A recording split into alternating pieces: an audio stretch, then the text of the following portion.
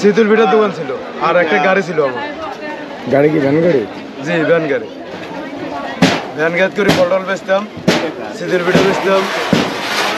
এখন আল্লাহ দিলে সব এই অবস্থা হইলো। বাসাও ফুটছে, দোকানে ফুটছে, বাসাও হয়েছে, বাসাও চলে গেছে, এরকম হয়েছে।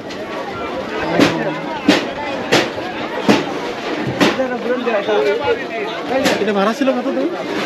টুম ভাড়া ছিল 3500 টাকা। বাসা ভাড়া 2 রুম ছিল আমার 9000 টাকা। আমার ফ্যামিলির লোক, বাচ্চারা বেশি তো, 2 রুম ছিল 9000 টাকা। টাকা পয়সা ছিল দোকানে বা বাসায়? হালকা পাতলা ছিল, আপনার বাসা দোকানে মিলায় 20-22 হাজার টাকার মতো ছিল। টাকা বের করতে হচ্ছিল না, পকেটে খুচরো টাকাটা নিয়ে পারে গেছে, 8 টাকা নিতে পারে।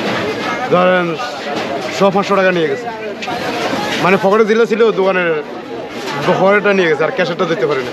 বাসায় গয়নাগাটি কিছু বের করতে হচ্ছিল? না, কিছু বার করে নেই, শুধু জামা নিয়ে পারছে, শার্ট নিয়ে পারছে।